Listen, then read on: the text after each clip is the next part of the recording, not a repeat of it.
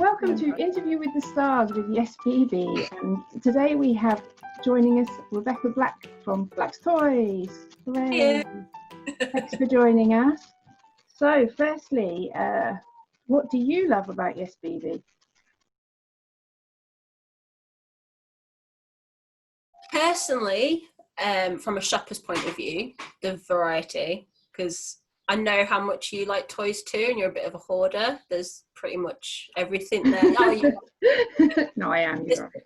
There's pretty much everything there that you're going to find something you want. The selection's amazing. From Black's Toys point of view, like, you were there from the beginning. You've kind of seen us through everything. You've always been really supportive and patient with us, and a massive platform for us right from the very start. So both personally and business, we just like Yes Baby, we like buying from you and we like working with you. Lovely. Oh, I forgot to introduce everybody else. So we have joining us today, we have Diana. Hello, Diana. Hello. And obviously Katie, who is my partner in crime. Yes. So today Diana's been tasked with doing the questions. Because I'm the ultimate toy enthusiast. Yes. Well, Diana did the videos for you, so I thought she might. Maybe you can talk about the video you did for Rebecca. Oh, well, yeah, I have a YouTube channel. It's just called Attached Mummy. And I didn't set forth to make toy videos. I've just kind of stumbled into it because once you have a kid, your world starts to revolve around them. And I found out how much I really love toys. Yeah, so I just wanted to share Black's Toys with my audience because I know that they love open-ended toys, and Black's Toys it's got kind of a little cult following in the UK and around the world, but I just wanted to share it with my audience because I knew there were a lot of people who would have never heard of them, and it's been really, really well received. Just because I find the toys very unique and different from the other open-ended toys on the market. So Rebecca's found a way to create open-ended toys that fit in with the rainbows and the stackers that exist, but they're adding so much more value to it because it's not just copies. She's literally designing new pieces that can be added into play with pieces that she's assuming a lot of people into these kinds of toys might already have in their collection.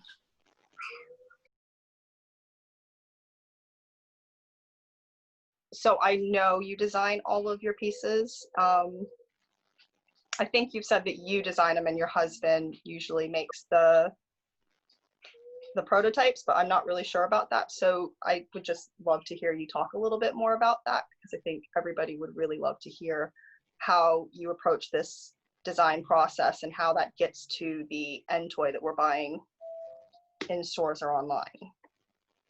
Yeah. It depends, actually. It's a little bit more kind of mutual as we've progressed. Originally, I had an idea and I did some sketches and designs, and then he tweaked them from that. As Eddie does it as well. Like, for example, the coral was all Eddie. I told him I wanted to do a coral and roughly the kind of feel I wanted from it, and he went out and he drew that all himself, actually, and then I just did the colours. Whereas like the glacier and the volcano were pretty much all me, and then he tweaked, because I can't draw, actually, so Eddie has to do all of the drawing after my initial childlike sketch of what I want to try and achieve. Yep, that's like me. I know the same. When I've designed toys, I'm exactly the same. I draw kind of vague stick type figures and then go from there. Have they have you found that most of them have stayed pretty much the same from the first design, or have you had like a piece that there was actually quite a lot of changes from the thought to the finished product? the biggest change nowadays, I suppose, is the meadow, because if you remember when we first started, we used a different stain. And when we changed over to a plant-based product, we couldn't make a purple. So we changed one of the purple piece at the top of the meadow to a yellow piece, which I actually think works better. And then there's been slight tweaks in terms of the templates that we use. They can, they get a bit tatty over the years. So if we're making a new template, we might slightly tweak and just neaten up, but they're pretty much all exactly the same as when they came out. They're just like a nicer finish now with the new in, and we've improved as dramatically as well. And as everyone does, the more you do something, the better you are. And 3 years down the line, like, the designs are kind of the same, but it's definitely more of a finished kind of piece, an article that we're really proud of.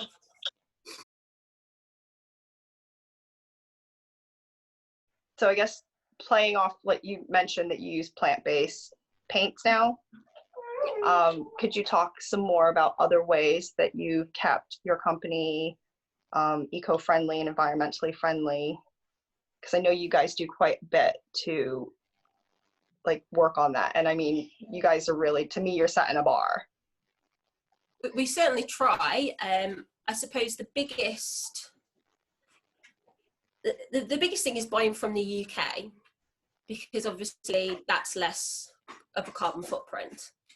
But it's also ensuring that the money is distributed around other small businesses within the UK as well that are paying tax and growing into the economy. So even if a product is coming from Europe, we'll be buying it from a UK shop or distributor. But most of the products are made in the UK as well.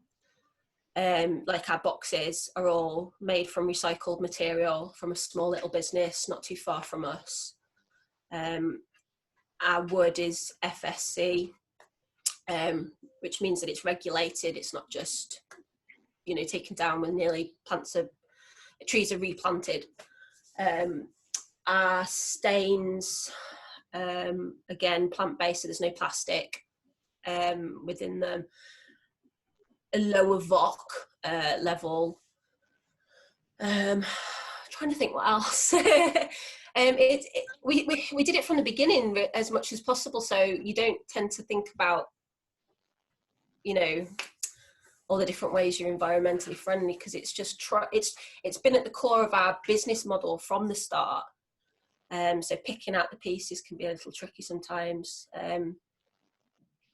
Yeah, I definitely think the main ones, recycled packaging, certified woods, and UK manufacturing.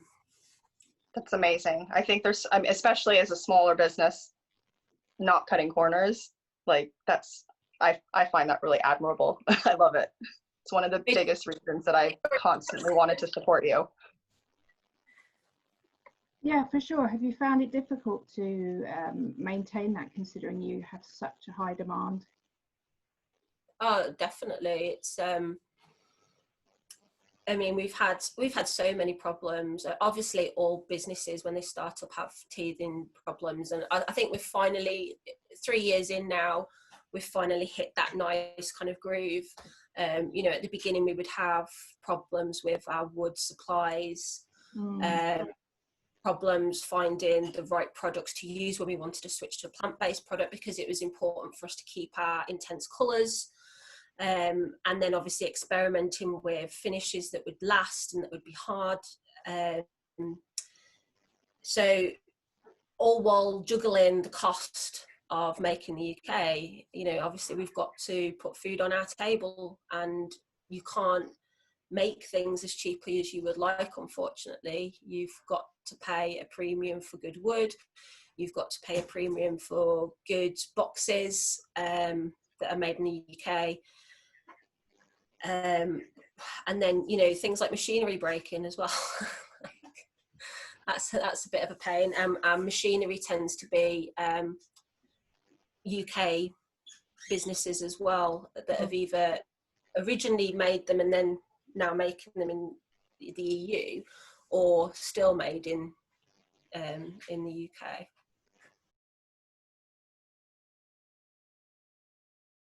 Yeah, anyway, so how about, did you bring any naughty words? Did you want to talk to us about wood? Because we all know you like wood. Yeah, I do like wood. Well, this one's my personal knotty June. Although it's more, it's not really knotty. It's actually just spalted. Maybe you could talk to us about a little bit about the differences in wood characteristics.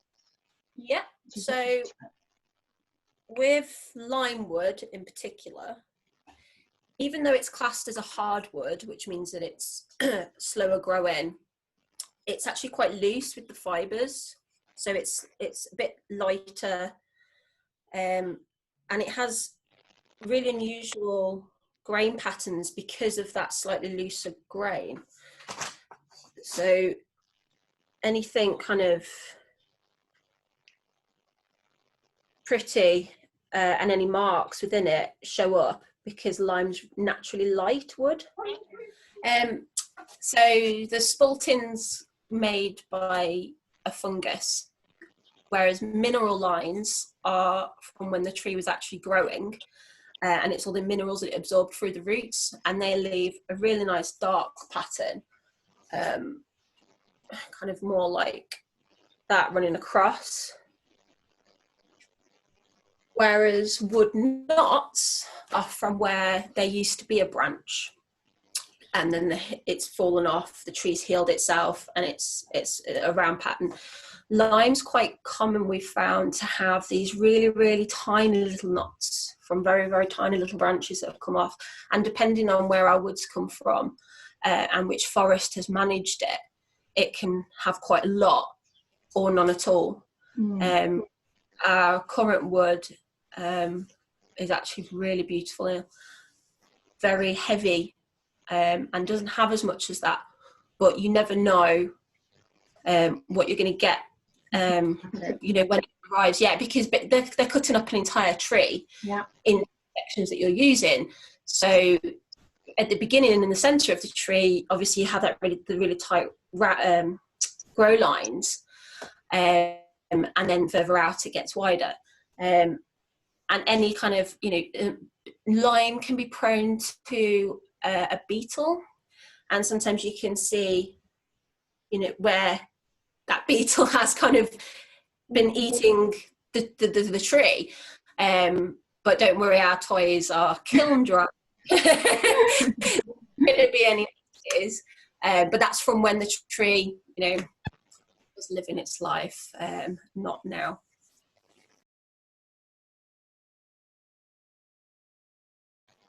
One thing with customers is we find there's a small amount where we find with knots especially, that they worry that it's going to affect the quality of their toy over time. As well, yeah. Is there ever an occasion where you would class a piece of wood with a certain style not as a problematic one, or is it very, very uncommon that they are actually a problem when it does come to a toy?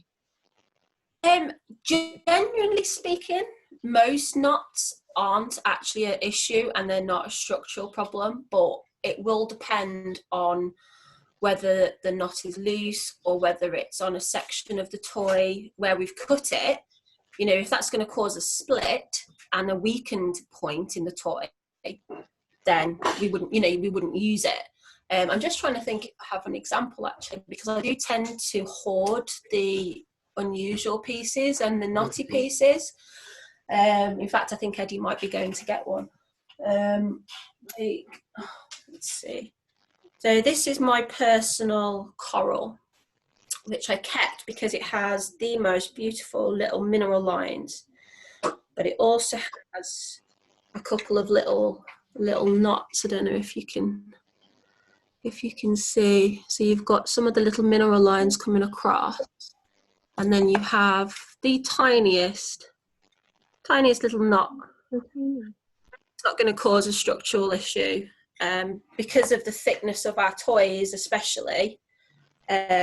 You know, that they're chunky, they've been CE tested, they pass. In fact, I go above and beyond half the time. I end up lobbing them across the room as well, just to make sure, because, you know, when young children are involved, you want to make sure they're safe. And because they're CE tested from 0+, you know, they might be gnawed on or chewed. So you wouldn't want anything that's going to kind of come away. So although knots aren't for everyone, generally speaking, I would say that they're not going to pose any kind of structural issue. Obviously mistakes can happen, and things can get missed in wide manufacturing. But, you know, lime wood's pretty tough. Knots are usually pretty tough. Mineral lines and spalting are definitely not going to affect anything. It's purely cosmetic. It's just a different shade in the wood, essentially. Yeah. I think it makes it all even more special. Yeah, I do it's always too. such a shame to reject wood. I mean, it's kind of like the fact that you're chopping down trees in the first place is like not ideal, because they're living things. But to then discard wood because you think it doesn't look right, I wouldn't get rid of a door or a table with a knot. And they're used every single day. Interestingly enough, in the you know, in the furniture world and in the wooden guitar world, those kind of knots, spalting and mineral lines actually put up the price because they're harder to find. Eddie's brought in a example of a big knot. Right, yeah. So this one has been discarded from becoming a toy to play with, because the hole goes quite far down into the actual toy and through. And it's quite rough. It's not particularly strong.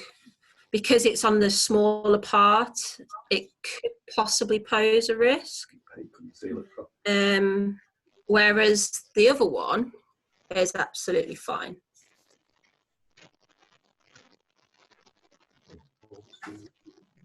But obviously, you know, you don't want to discard wood. From a business point of view with cost, also waste, we try to use our scraps as much as we possibly can, and any scrap that we can't use, we give to our friend who has a fire, so that heats her home.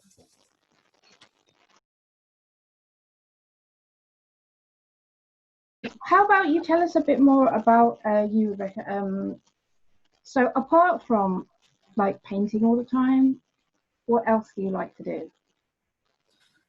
Well, recently I'm really into my gardening and my vegetable patch, and my house plants, and my photography. I've always really enjoyed my photography, although I've been finding that a little bit difficult recently with everything going on in the world. I say my veg patch has been more of that kind of outlet. And then obviously I'm a mum to a 4-year-old, so there's only so much free time we all get.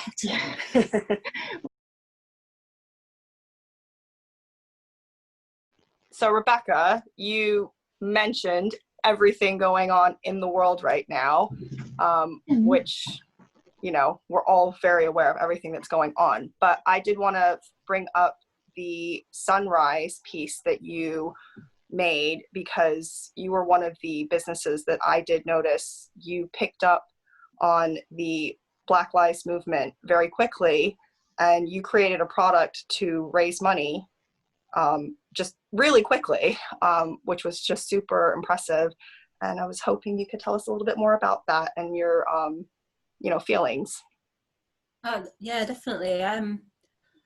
Well, I was deeply upset when I first found out, obviously, and I think I spent like 24/7 on Twitter. I was watching all of the videos, I was watching protests, and it made me realise just how little I actually knew, and I wanted to try and learn more about, you know, in England you don't get taught these things as a white person. You don't necessarily know. I mean, I had black friends as a child growing up in the Midlands, but moving to Lancashire, I haven't met anyone. You don't know about it, and finding out just how ingrained racism is institutionally, not just in America but in the UK, it's absolutely astonishing. And I couldn't carry on with my normal social media while all that was going on, because I did kind of feel that, you know, that was important, that needs to be shared. What I have to say isn't important. And it felt really strange to kind of carry on with business with that going on. So I just spent as much time as I could finding out about all the different things that have happened in America and in the UK, what's still going on. And I just felt like I wanted to try and do something which, in the grand scheme of things, isn't much, but I don't have any black friends that I can stick up for in person, you know. So I thought maybe as a business we could try and use our platform to try and help raise awareness. And, you know, Stop Hate UK is a lovely charity that it doesn't just deal with hate crimes against racism, but it also deals with the LGBT community as well.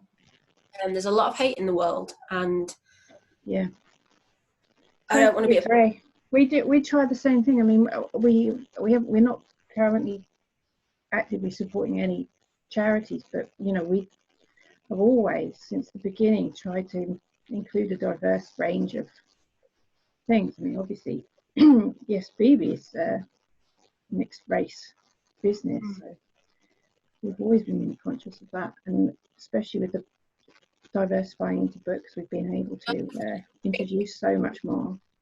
Yeah, I learned that it's not enough to just not be racist. You need to try and be anti-racist. And it's just really hard, because as a white person, you don't know what you should do or could do, or does that make sense? I think it does, but I think we all feel that way, and you're not white. The important thing is just that you're doing something. Yeah. I think the important thing for me was, because of how upset I was by it all, was feeling like I was at least trying to make a difference, or, you know, highlighting the issue. It's really easy for us in the UK to not realise what actually does go on and how ingrained it is in our society. And racism, it's not just an American issue, but, like, you know, it's amazing how many people I've heard say, well, just leave then, but they wouldn't say it to a white person. Like, they don't see, if you're a person of a colour, they don't see you as British, even if you're third, fourth generation. And that I find really bizarre, and obviously I haven't had to experience any of those things, so it's really opened up my eyes to my own privilege, and I just wanted to try in a small way to, you know, encourage and promote, you know, anti-racism. Absolutely. I think, to me, one of the biggest things within the UK is just getting people to even accept the fact that it is a problem. Yeah. That there is a problem with racism, and, like, it's sad, but that really is the first step, because that's the biggest pushback I've seen from people in my life, is just the fact that they say that, well, it doesn't really exist anymore here, which is not true. But it's the same with sexism as well. I mean, I've experienced sexism throughout my whole life. Yeah. But yeah. a lot of people would say, oh, well, no, women are equal now. But They're not. There's been plenty of comments made towards me as a woman, and I've been hindered by being a woman. Obviously, you know, it's not comparable to what's been going on, but, you know, people are blinkered, and I think I wanted to just highlight that, you know, take your blinkers off. This is the world. We all have a responsibility to try and be the best we can for everyone.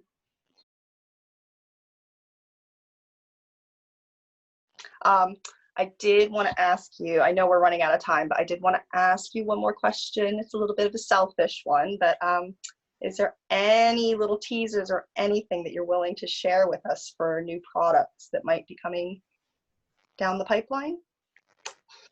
Well, as you know, it's making new products is often a challenge because we couldn't always keep up with our current demand. But I am hoping sooner rather than later that there will be another one. But it is quite a large piece. And all I'm going to say is River Rapids. Ooh. Yeah, and for the Yes Baby Christmas Eve boxes, which is becoming a bit of a tradition, I've started to think about it already, actually. Because last year was in July. yeah. Well, you have to prepare these things in advance. You do. Every year we say we're going to start early, and then we fail, and then we're doing it. Well, I have actually started planning how the boxes are going to go. Yeah. And they may actually be released at the end of August. There's I would say mid-August. I think we need to release them mid-August and then cut it off quite quickly. Yeah, because I'm thinking October, mid to late October at the very latest. Right.